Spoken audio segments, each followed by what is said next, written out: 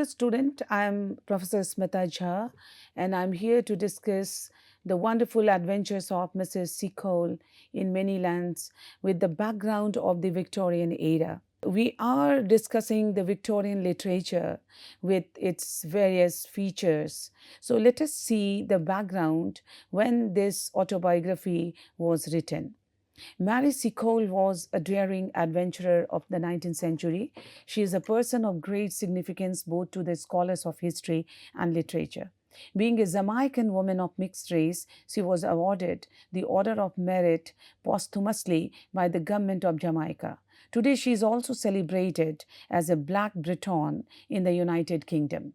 Our discussion on Seacole is based on her autobiographical book, which she authored to narrate her experience of travels in Panama, where she ran a store for men going overland to the California gold rush, and her time in the Crimean War, where she served as a nurse and ran a store that supplied essentials and catering service for the British officers. Mary Jane Grant, later known as Mary Seacole, was born on 23rd November 1805 in Kingston, Jamaica. Mary grew up to become a famous nurse and businesswoman. Her father was a Scottish lieutenant, and her mother was a free black Jamaican woman who practiced as a traditional healer and cared for invalids at her boarding house. Being of mixed race, Mary was technically born free. However, her family enjoyed very few civil rights. From an early age, she showed a great interest in medicine and learned relevant skills from her mother, who ran a well respected boarding house called Blundell Hall, which provided care for injured soldiers. Mary's mother was nicknamed the Doctress and renowned for her mastery of traditional Caribbean remedies to cure the sick. Many of her mother's skills were passed on to Mary, who enjoyed refining her craft on her doll. She mentions in her autobiography, I was very young when I began to make use of the little knowledge I had acquired from watching my mother upon great sufferer, my doll.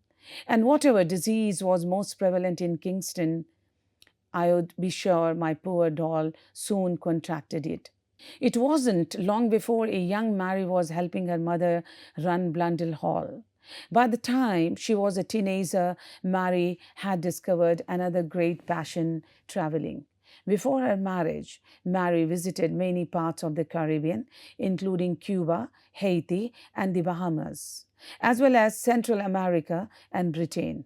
On these trips, she complemented her knowledge of traditional medicine with European medical ideas. In 1826, she returned to Jamaica to nurse her patroness, an elderly woman who had given her financial support. Then, in 1836, after she married Englishman Edwin Horatio Hamilton Seacole, the pair set up a provision store in southwest Jamaica, a venture that ultimately failed to prosper. After this, a series of disasters befell Mary. In 1843, most of the Blundell Hall burned down in a fire, and in 1844, Edwin passed away after a major illness. Mary's mother also died a short while later. In response, Mary threw herself into her work. She rebuilt her family's boarding house and renamed it New Blundell Hall, thus turning a bold front to fortune. As she later wrote in her autobiography, in 1850, Jamaica relied on her skills as the country suffered a great cholera outbreak that saw some 32,000 succumbing their lives to the deadly disease. A year later, in 1851, Mary traveled to Panama to visit her brother, Edward, who lived in a town called Cruces. Shortly after arriving, the town suffered its own outbreak of cholera. Mary, in fact, treated the town's very first patient back to full health and subsequently garnered quite the reputation amongst the locals. As the disease spread, more flocked to Mary's aid. She treated them with a mixture of mustard emetics, which induced vomiting, warm clothes to combat chills, mustard plasters on the stomach and the back, and calomel or mercurous chloride in gradually decreasing doses. Mary eventually caught the disease. This forced her to temporarily stop her nursing practice and to rest up for several weeks. In 1853, she returned home to Jamaica, having been given a loving farewell by Panama's locals. Her skills were required almost as immediately as she stepped on her home soil because her country at this time was being ravaged by a yellow fever epidemic. Considering Mary's rich experience of nursing in Jamaica and Panama, the Jamaican medical authorities requested her expertise and on ground support in curing the victims of the outbreak. She was also appointed to supervise the nursing services at the Park camp where headquarters of the British Army were located. The outbreak, however, was so severe that Mary found that she could do very little to mitigate it. Mary's new Blundell Hall had been converted into a hospital which provided great relief to the affected during the cholera outbreak in Jamaica. However, it was during the yellow fever outbreak that Mary formed strong bonds with the British soldiers she treated. Mary had no children of her own, and so she formed a strong maternal attachment with these soldiers, which she treated with utmost care. Her feelings of care and empathy for the soldiers grew to the extent that when she heard that a war had broken out in Russia and that many of the soldiers she treated in Jamaica would soon be headed there, she knew that she had to go too. Thus, shortly after the Crimean War began in October 1853, Mary's deep-seated emotions of care and empathy for the British war heroes took her all the way to London. Crimean War was fought between October 1853 to February 1856. Most of its action took place in the Crimean Peninsula and Turkey between the Russians and the British, French, and Ottoman Turkish, with support from January 1855 by the Army of Sardinia Piedmont. The war arose from the conflict of great powers in the Middle East and was more directly caused by Russian demands to exercise protection over the Orthodox subjects of the Ottoman Sultan. Disputes between Russia and France over the privileges of the Russian Orthodox and Roman Catholic churches in the holy places in Palestine was another major factor behind the war. Supported by Britain, the Turks took a firm stand against the Russians who occupied the Danubian principalities, modern Romanian, on the Russo-Turkish border in July 1853. The British fleet was ordered to Constantinople, now Istanbul, on September 23. On October 4, the Turks declared war on Russia and in the same month opened an offensive against the Russians in the Danubian principalities. After the Russian Black Sea Fleet destroyed a Turkish squadron at Sinop on the Turkish side of the Black Sea, the British and French fleets entered the Black Sea on January 3, 1854 to protect Turkish transport. On March 28, Britain and France declared war on Russia. The Crimean War, which entailed, is often cited as one of the first modern wars where advanced military technologies were utilized. These included explosive naval shells, rifled artillery, and telegraph communications.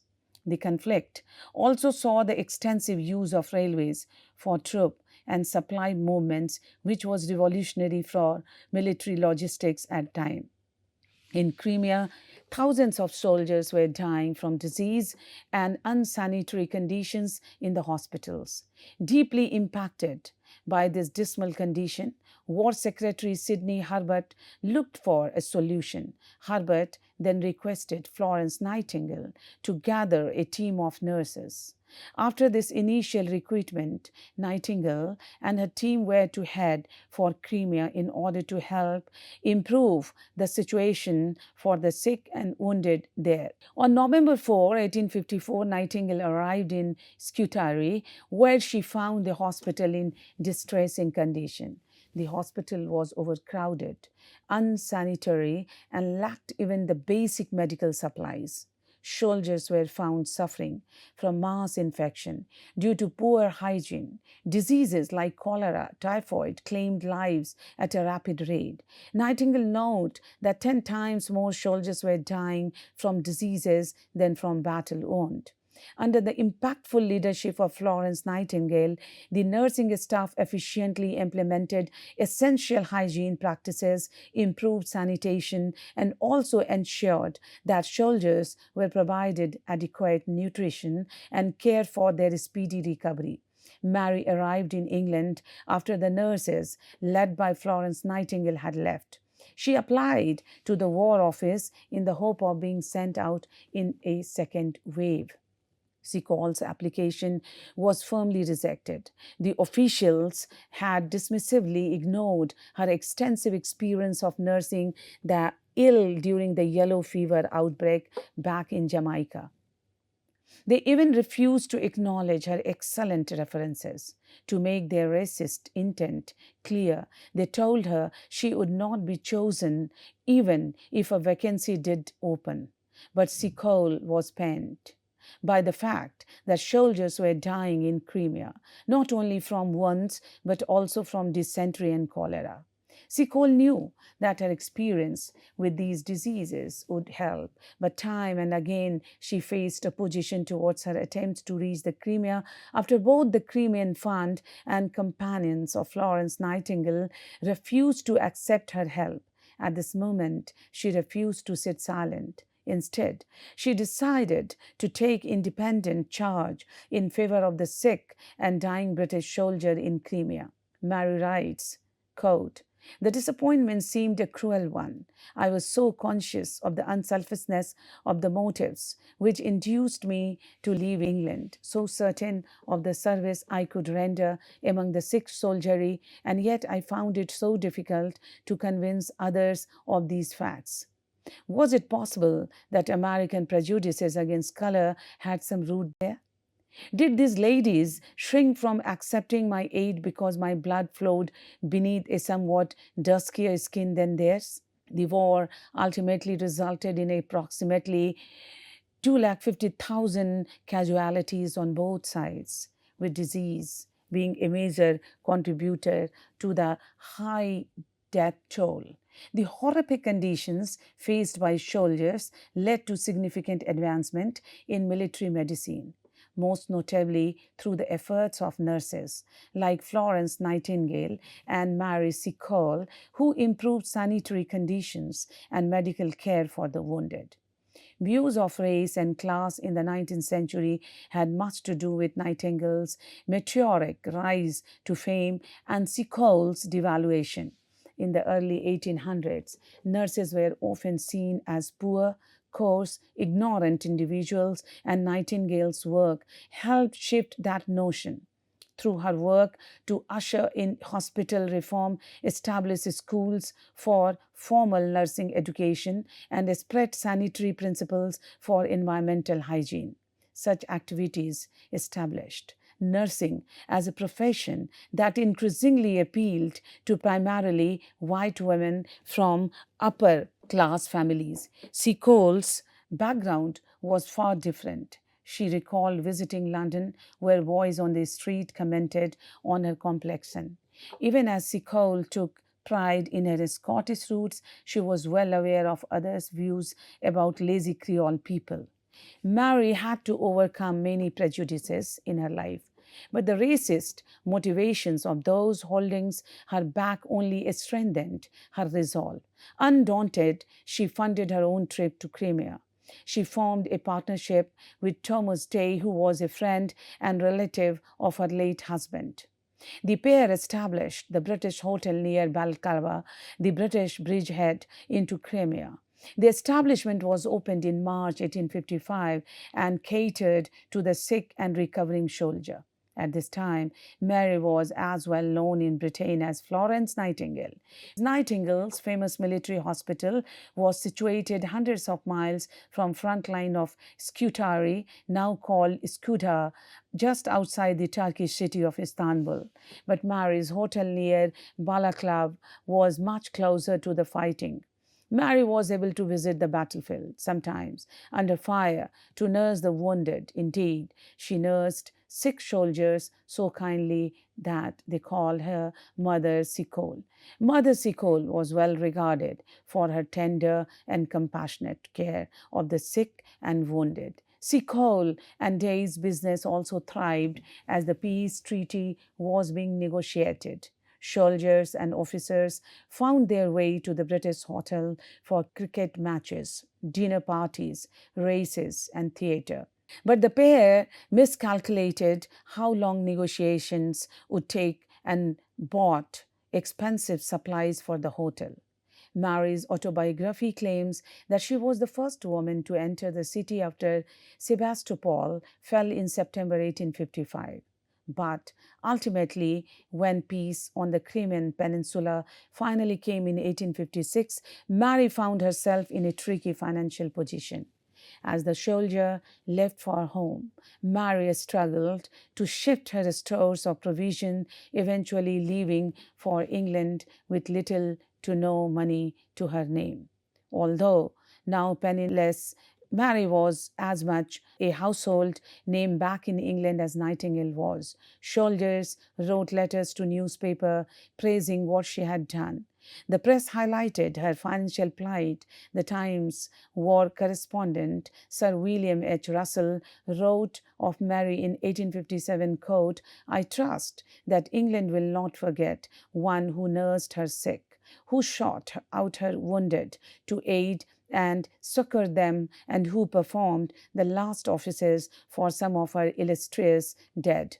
The newspaper correspondent, who was previously embedded with the troops, also writes very highly of Seacole's service to the British Army, stating, quote, "I have seen her go down under fire with her little store of creature comforts for our wounded men, and a more tender or skillful hand about a wounded or broken limb could not be found among our best surgeons," unquote. This excellent woman, wrote the British Army's Adjutant General's Office, frequently exerted herself in the most praiseworthy manner in attending wounded men, even in positions of great danger, and in assisting sick soldiers by all means in her power. In addition, she kept a very good store and supplied us with many comforts at a time we much required them. Fundraising efforts were made to help Mary. All those who admired her came to her aid, whether soldiers, generals, or members of the royal family. In 1857, a fundraising gala was held for her over 4 nights on the banks of the River Thames. Over 80,000 people attended. The same year, she published her autobiography, The Wonderful Adventures of Miss Seacole in Manyland, which became an instant bestseller. Towards the end of her best-selling autobiographical narrative, where she provides a detailed subjective account of her wonderful adventure in many lands, the Jamaican-born Yellow Doctress describes to her British readers a scene of pointed emotional empathy. Seacole is narrating from her memory of Crimea, just at the time when the Crimean War was concluding and when many British soldiers were beginning to return home. Seacole, who had invested heavily on her British hotel for soldiers, found herself facing the doubly unattractive prospects of bankruptcy and inactivity after the peace. She describes the glad faces and happy hearts of those who were looking forward to the delights of home. But she notes feeling excluded from this joyful group. Instead, her strongest moments of sympathy are with another sort of soldier leaving the war front. The returning soldier she sympathized with is described as Now and then we would see a lounger with a blank face, taking no interest in the bustle of departure, and with him I acknowledged to have more fellow feeling than with the others, for he, as well as I, clearly had no home to go to. He was a soldier by choice and necessity as well as by profession. Seacole goes on to compare the soldier's situation at the end of the Crimean War with one she finds herself in the middle of the rights accordingly. Quote, the peace would bring no particular pleasure to him, whereas war and action were necessary to his existence, gave him excitement, occupation, the chance of promotion. Was it not so with me? This description of sympathy with the blank faced soldier marks an overlooked but crucial moment of heightened feeling in the text. Seacole recognizes a likeness based on unseen but felt similarity between herself and this career soldier who fights by choice and necessity as well as profession. He, like Seacole, requires excitement and occupation. Her ties to this soldier are brokered exclusively through the mechanism of fellow feeling. Their correspondence in the imperial setting is formed not by gender, race, or place of birth, dominant 19th century identity paradigms, but through an imagined, essentially emotional likeness. Seacole next details her conflicted emotions about leaving the excitement of war, as she, like the soldier, feels acutely that she will probably long in vain for another occupation so stirring and so useful.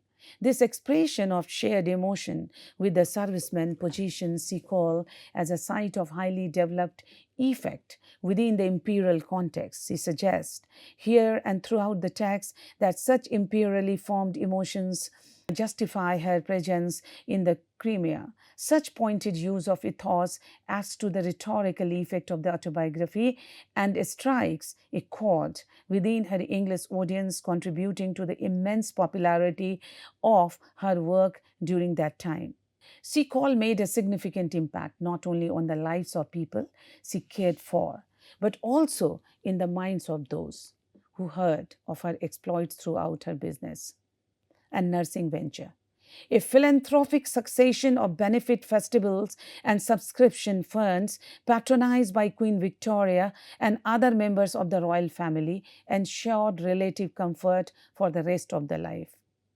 The next quarter century was marked by visits to Kingston, where she owned two properties. She also volunteered to nurse victims of the Indian Mutiny in 1857 and the Franco-Prussian War in 1871. She enjoyed what appears to have been a remarkably close relationship with Princess Alexandra, and sometimes between 1857 to 1860 she converted to Roman Catholicism. Seacole finally died in her London home on 14th May 1881. Unfortunately, after her death, Seacole failed to make it to the Hall of Fame of British history. Her skin color and background mandate that Seacole, whose herbal remedies and healing practices went against the bleed and purge approach common in English medicine of the mid 1800s, was kept much hidden from view in the subsequent century and a half. Naturally, Seacole's story gradually faded from the public memory in Britain. Ironically, even though she always considered herself a citizen of Britain, it has been the Jamaican people who have kept her memory and legacy alive. In Jamaica during the 1950s, many important buildings were named after her. Jamaicans were also hugely responsible for the revival of Seacole's memory in Britain. Jamaican buildings named after her included, but were not limited to, the headquarters of the Jamaican General Trained Nurses Association, a hall of residence of the University of the West Indies, and a ward at Kingston Public Hospital. In 1990, Seacole was also posthumously awarded the country's third highest honor, the Order of Merit. In England, the revival of Seacole's legacy began in the 1970s when a group of Jamaican nurses traveled to England for visiting the newly relocated grave site of the famous nurse who had been born in a small town 80 miles west of Kingston and who had worked as a healer and humanitarian during the Crimean War. But the nurses found her grave in disrepair. It is white marble headstone deemed with mildew and dirt. To honor their forgotten Jamaican heroines' service to England, this group of Jamaican nurses secured support from the British Commonwealth Nurses War Memorial Fund and created a replica replete with blue and gold lettering, palm trees carved in stone, and a flag celebrating Seacole's humanitarian work during and beyond the Crimean War. This group thus initiated the long awaited renaissance of Mary Seacole in the English soil. Following this, a small feminist press in 1984 republished Mary's best selling 1857 memoir, Wonderful Adventures of Mrs. Seacole in Many Lands. Later, in 2004, Seacole was voted the greatest Black Briton in an online poll. Tapping onto this revivalistic trend, Lord Solly launched the campaign for a statue of Seacole after leaving the House of Commons. In 2016, the statue of Mary Seacole was finally unveiled in the grounds of St. Thomas Hospital on London's South Bank. It was a landmark event as Seacole's statue became the first statue of a named Black woman to be erected in the UK. In 2020, a temporary hospital in Surrey built for individuals recovering from COVID-19 was also named the NHS Seacole Centre after Mary. Yet one notes that when compared to the countless wards, hospitals, and even pubs have been named to honor Florence Nightingale, the effort to commemorate Seacole's service seems measly and insufficient. That is not to dismiss Nightingale's work, but it is important to ask why the two similar women hold such different places in the British consciousness. Mary Seacole and Florence Nightingale were contemporaries who both contributed to the growth and development of nursing. Nightingale's strength were organization and mathematical analysis of the data, while Seacole took a more hands-on approach. Nursing has undoubtedly benefited from the positive attributes of both nurses, and yet one of them has not been duly acknowledged with respect to her contribution to the field. One of the major reasons underlying this visible lack of acknowledgement around Seacole is her identity as a woman of color. All her life, she worked hard to overcome racism through her skills and earned her place as a powerful influence for professional nursing. Despite racial discrimination and encountering resistance at nearly every turn, Seacole remained steadfast in her determination to serve the British soldier. Yet in her death, she was again marked by race. Some critics have argued that in her autobiography, Seacole consciously avoided identifying as being of mixed race or a woman of color and focused instead on her Scottish roots, thus encouraging prejudices. Contrarily, it is also argued that it was because she wanted the focus of her audience to remain on her work, because of which inviting discussions on the issues of race would have compromised her validity and credibility as a caregiver even more. Seacole writes at a moment in the mid-century when the inclusion of brown and black bodies in official discourses of nation building was often suppressed. Throughout Seacole's text, she deneutralizes the apparent fixity of mid-century racial hierarchies that devalued brown, black, and female bodies. Yet her imperial rhetoric relies upon the idea that bodies do construct apparent system of meaning. This is a fact Seacole herself alludes to when she bemoans American prejudices against color and references the black and brown bodies that Britain once held enslaved, and whose bodies America still owns. Thus, Seacole's text, even against her conscious alignment with England, highlights the paradigms of racial violence or erasure. Wonderful Adventures testifies that the feeling capacity of such racialized body is indispensable for a thriving imperial nation. Thus, feeling also becomes a tangible, measurable trait that structures imperial spaces and systems. Moreover, understanding wonderful adventure of Mrs. Mary Seacole through this lens of affecting meaning can help us to reassess the imperialism of the 19th century as an even more fluid entity. As we recontextualize the centrality of emotion, the emotional bodies in the project of imperial nation building. Seacole's autobiography reveals the extent to which effect in the Victorian period was not simply a moral, physical, or even social construction. Affect was also inherently political.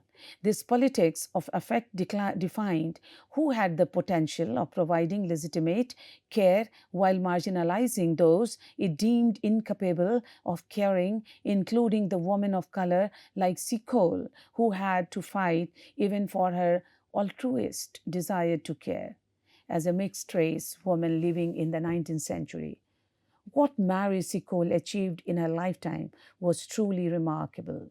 She broke social rules and prejudices to travel the world. She ran businesses while also helping those in need, for which she even risked her own life during the Crimean War. Because of her such formidable willpower, Mary Seacole will forever be remembered as an incredible woman and inspiring role model. With this, I conclude the whole discussion. Thank you very much. Let us meet in another discussion under the umbrella topic that is Victorian literature. Thank you very much.